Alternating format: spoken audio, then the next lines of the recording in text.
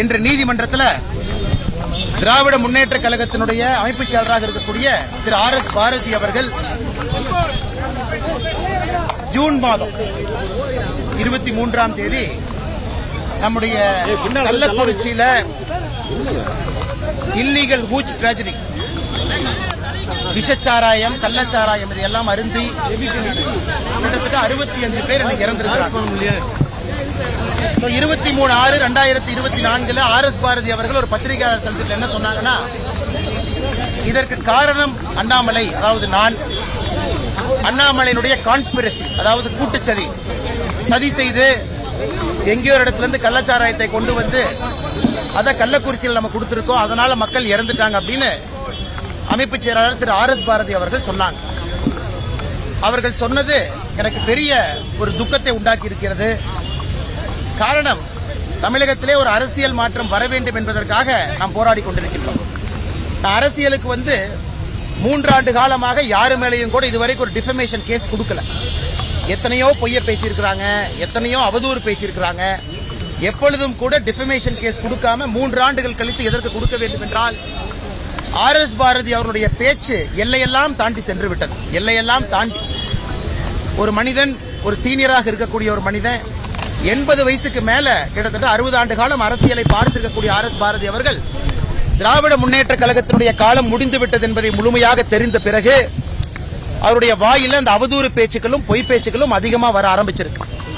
அதனுடைய வெளிப்பாடாகத்தான் இந்த கள்ளச்சாராய சாவு நான் தான் காரணம், பிளான்ட் கான்ஸ்பிரசி அப்படிங்கிற வார்த்தையை பயன்படுத்தினார். அதனால் மாண்புமிகு நீதிமன்றத்தில் நீதிபதி அவர்கள்ட்ட டிஃபமேஷன் சூட், மான நஷ்ட வழக்கு இன்னைக்கு நாம கொடுத்திருக்கோம். 1 கோடி ரூபாய் நஷ்டீடு கேட்டிருக்கோம்.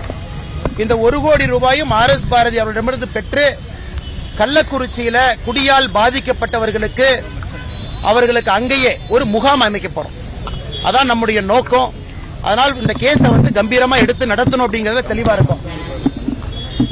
இரண்டாவது, RS பாரதி அவர்கள் மீது சட்ட ரீதியாக நடவடிக்கை எடுக்கப்பட வேண்டும். கிரிமினலா அவர் மேல ஆக்ஷன் எடுக்கணும்.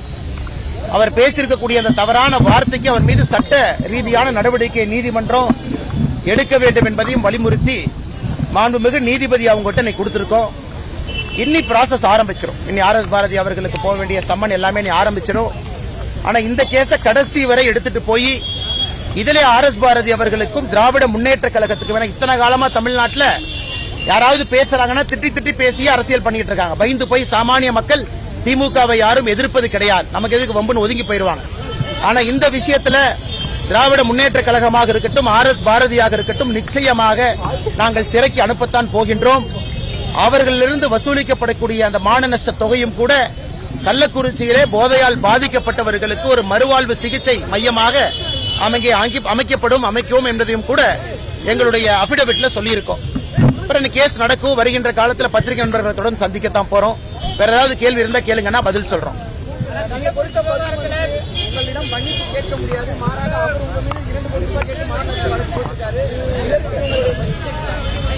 அண்ணா RS பாரதி என்னை பத்தி என்ன சொன்னாருன்னா, 2 ஆண்டுகளுக்கு முன்னாடி சின்ன பையன் அப்படின்னாரு. அவர் யாரையோ பெரிய பெரிய தலைவர்கள் எல்லாம் சிறைக்கு அனுப்பிச்சிருக்கேன், அவர் கையில ஜாதக ரேகை பக்காவா இருக்கு அது. இந்த முறை பாத்திரலானே இந்த சின்ன பையன் திமுகவுக்கும் RS பாரதிக்கும் இந்த கேஸை வச்சு என்ன செய்யறான்னு பாத்திரலாம். இதே சின்ன பையன் RS பாரதி அவருடைய ராசியான கைரேகை என்ன பண்றாருன்னு பாருங்கண்ணா. ஆனால் இந்த கேஸை பொறுத்த வரைக்கும் நிச்சயமாக இந்த லாஜிக்கல் இதுக்கு எடுத்துட்டு போறோம். RS பாரதி அவர்களையும் திராவிட முன்னேற்ற கழகத்தையும் நாங்கள் விடப்போவது கிடையாது. we will take it to the logical end. ஏன்னா இது பண்ணாதனாலதான் யாரும் எல்லாம் ஒதுங்கி போறதுனாலதான் BA படிச்சவங்க நாயி, யாராச்சும் நீதிபதியா இருந்தா நாங்க போட்ட பிச்சை, லாயரா இருந்தா நாங்க போட்ட பிச்சை, யாருமே அவர் எதுவும் செய்யாதனால பயத்தினால ஒதுங்கி போறனால அந்த பேச்சு ஆணவத்தை தாண்டி கர்வத்தை தாண்டி அட்டூழியத்தை நோக்கி போய் கொண்டிருக்கிறது. அதனால் இந்தியாவிலேயே அது முதலா இருக்கும். நான் கள்ளச்சாராயத்தை காட்சி வித்தேன் அப்படின்னு சொல்லிட்டு மான நஷ்ட வழக்கு போடுற ஒரு ஆள் மேல மான நஷ்ட வழக்கு போடக்கூடிய ஒரு ஆள், அப்பனா அவருடைய லீகல் அட்வைசர்ஸ் எல்லாம் சரியானவரான்னு RS பாரதி அவங்க செக் பண்ணணும். இந்த கேஸை பொறுத்தவரை எங்களுடைய மூத்த வழக்கறிஞர்கள் இங்க இருக்கிறாங்க. ஒரு பக்கம் இந்த கேஸ் கொடுத்திருக்கக்கூடிய என் சார்பாக வாதாடக்கூடிய பால் கனகராஜன் கூட இருக்கிறாங்க.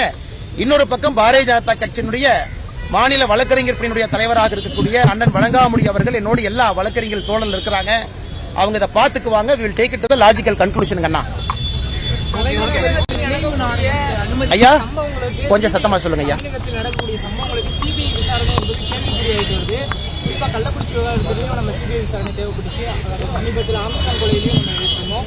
எந்த ஒரு நடவடிக்கை எடுத்த மாதிரி அண்ணா ஆமாண்ணே, எந்த நடவடிக்கை எடுக்கல. காரணம் முதலமைச்சர் மடியில கனம் இருக்கிறனாலதான் இந்த சிபிஐ கொடுத்திருக்கக்கூடிய ப்ராசிக்யூஷன் சாங்ஷன் அதையே வித்ட்ரா பண்ணிருக்காரு. முதலமைச்சருக்கு தைரியம் இருந்தா அந்த ப்ராசிக்யூஷன் சாங்ஷன் வித்ட்ரா பண்ணதை திரும்ப ரீஇன்ஸ்டேட் பண்ணட்டும்.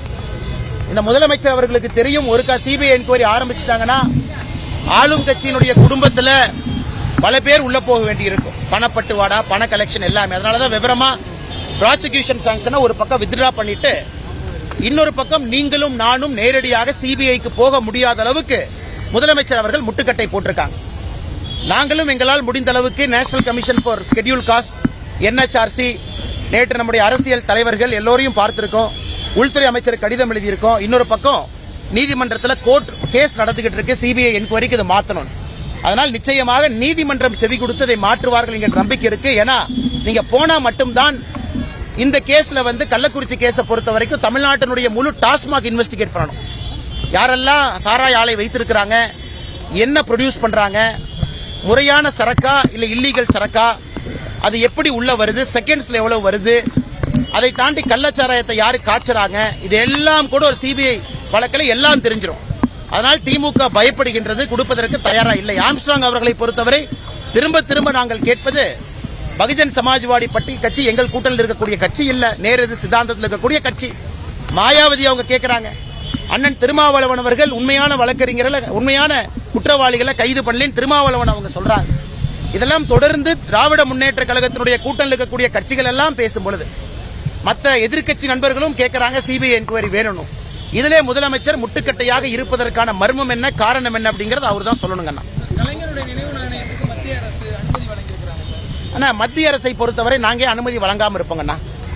நாங்க எல்லாத்துக்கும் அனுமதி கொடுக்கத்தான் போறோம். மத்திய அரசை பொறுத்தவரை யாரையுமே இவங்க சொல்றது போல தமிழ்நாட்டினுடைய வளர்ச்சிக்கோ எங்கேயும் தடையாக இருந்ததில்லை. அதே போல முறைப்படி தமிழக அரசு ஒரு விஷயம் கேட்கறாங்கன்னா கூட அதற்கும் தடையாக மத்திய அரசு எங்கேயும் இருந்ததில்லை. மத்திய அரசு எங்க இருந்திருக்காங்கன்னா, ஆனா இவங்க கலைஞர் நினைவகத்துக்கு பர்மிஷன் வாங்கிக்குவாங்க, வாங்கிட்டு 2 நாள் கழிச்சு மத்திய அரசு தமிழகத்திற்கு விரோதம் பண்ணுது, எங்களுக்கு எதுவுமே பர்மிஷன் கொடுக்க மாட்டாங்க அப்படின்னு கதை விடுவாங்க. அதான் திமுகவினுடைய போலி முகத்திரை. மத்திய அரசை பொறுத்தவரை எங்கேயும் தமிழக அரசு எடுத்திருக்கக்கூடிய முடிவுகளுக்கு நேரெதிராக எங்கேயும் இல்லை, எல்லா இடத்துலயும் சப்போர்ட் பண்ணிட்டு தான் இருக்காங்க. இவர்கள் ஊழல் செஞ்சு தமிழகம் வளராமல் இருப்பதுக்கு நாம என்ன பண்றதுங்கண்ணா?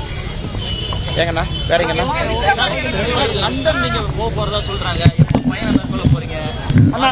அதற்கான நேரம் வரும்போது சொல்றோங்கண்ணா. இன்னும் நேரம் இருக்கு, கட்சி தலைவர்கள் முடிவெடுத்துக் கொண்டிருக்கிறார்கள். நேரம் வரும்போது நிச்சயமா நான் சொல்றேன். இன்னும் டைம் இருக்கு, 2-3 மாசம் இருக்கு. போகும்பொழுது கட்டாயமா உங்கள்கிட்ட சொல்றேன்.